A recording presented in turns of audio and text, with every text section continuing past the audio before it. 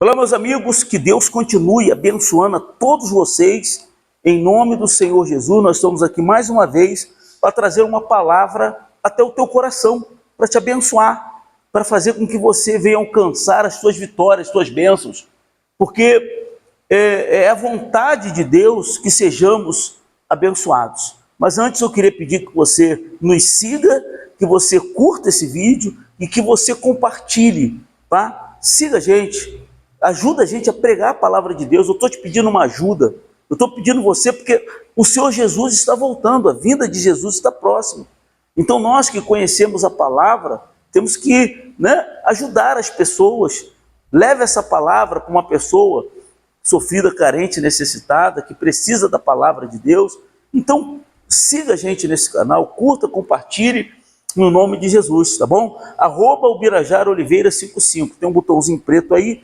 E se inscreva no canal, acione o sino da notificação, tá? Comente, deixe o seu comentário também, que é importante, e compartilhe o vídeo. Curta, comente e compartilhe, tá certo? Como nós estamos falando, é da vontade de Deus que você seja abençoado. Não tem como falhar isso.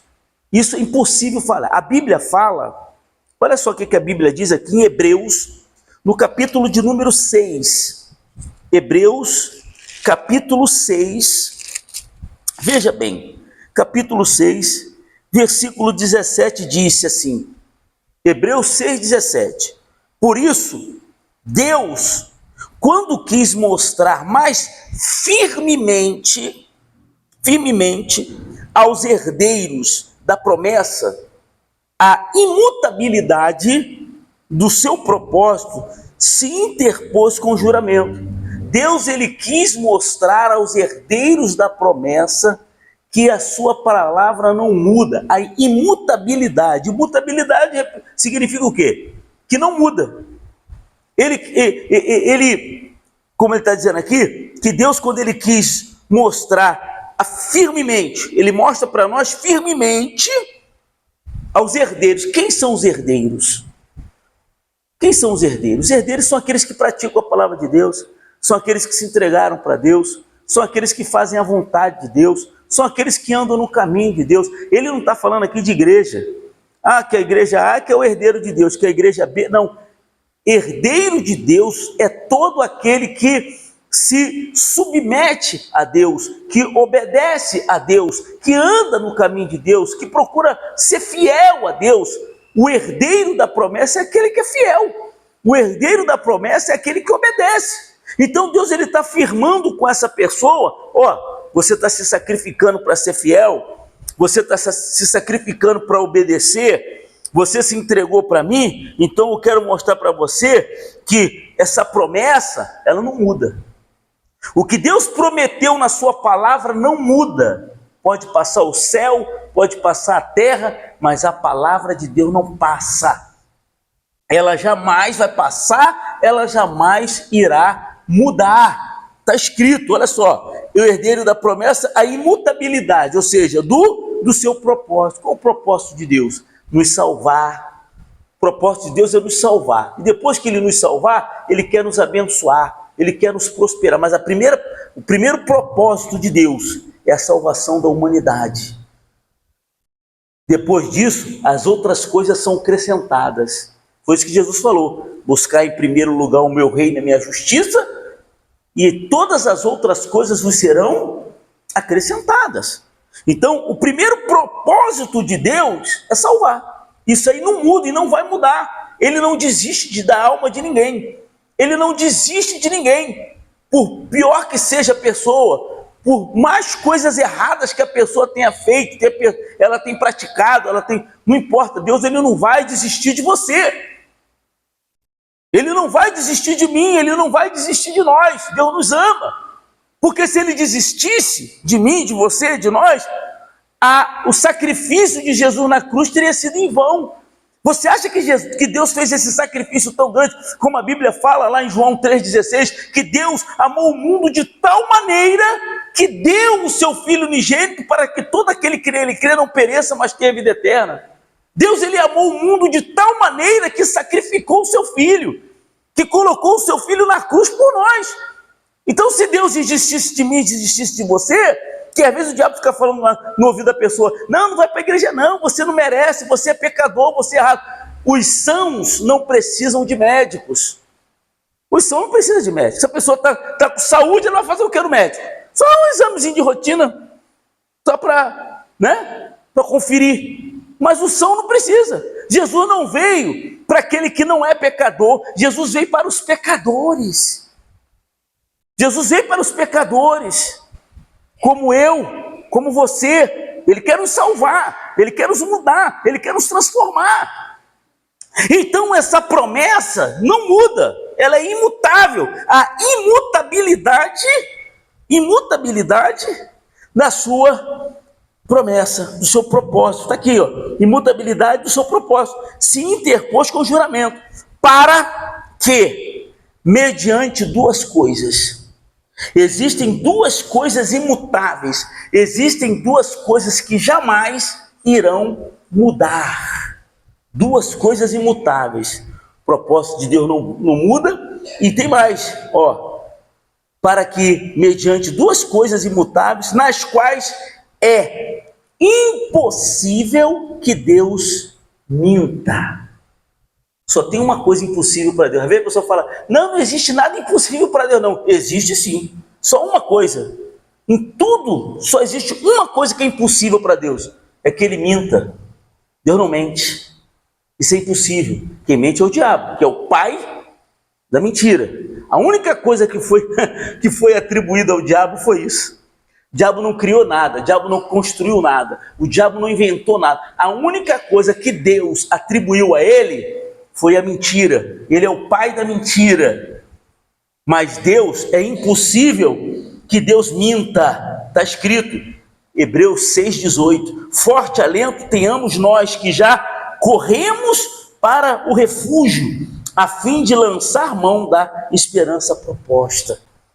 Então, a palavra de Deus, ela não falha. Ah, bispo, mas está tudo contrário. O senhor falou uma coisa aí, mas está tudo contrário. Como é que você vai... Não se preocupe, porque a lei, as circunstâncias, elas não podem invalidar a promessa de Deus.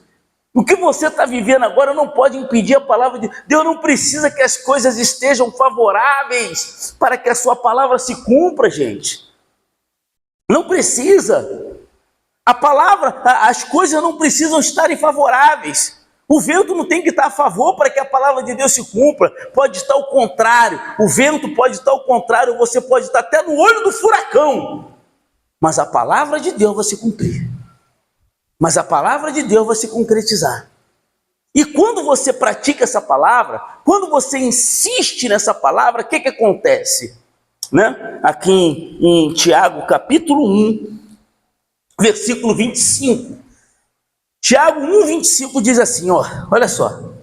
Olha o que diz. Mas aquele que considera atentamente, e fica atento, ele não fica disperso, olhando para onde, não, ele fica atento, atentamente, na lei perfeita. Que lei é essa? A lei de Deus.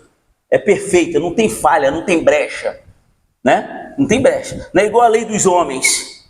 A lei dos homens tem brecha. A lei dos homens tem falha, Os advogados às vezes ficam procurando uma falha na lei, uma brecha na lei para defender os seus clientes. Mas a lei de Deus não tem, não. A lei de Deus não tem falha, ela é perfeita. Olha só, mas aquele que considera atentamente na lei perfeita, a lei da liberdade, porque a partir do momento que você pratica, que você vive, você fica livre. Conhecereis a verdade e ela vos libertará. Então ela te liberta. Essa verdade te liberta, olha só. Lei da liberdade, lei perfeita da liberdade, e nela persevera, você tem que insistir. É porque às vezes a pessoa está passando um momento difícil, ela está sendo apertada por uma situação, ela vai e desiste.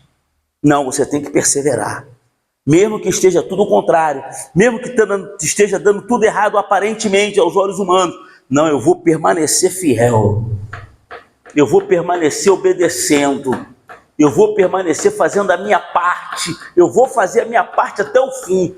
ele está falando que esses que perseveram, está escrito aqui, né? E nela persevera, diga glória a Deus, não sendo ouvinte negligente, não ouvindo de qualquer maneira, mas você tem que ser um operoso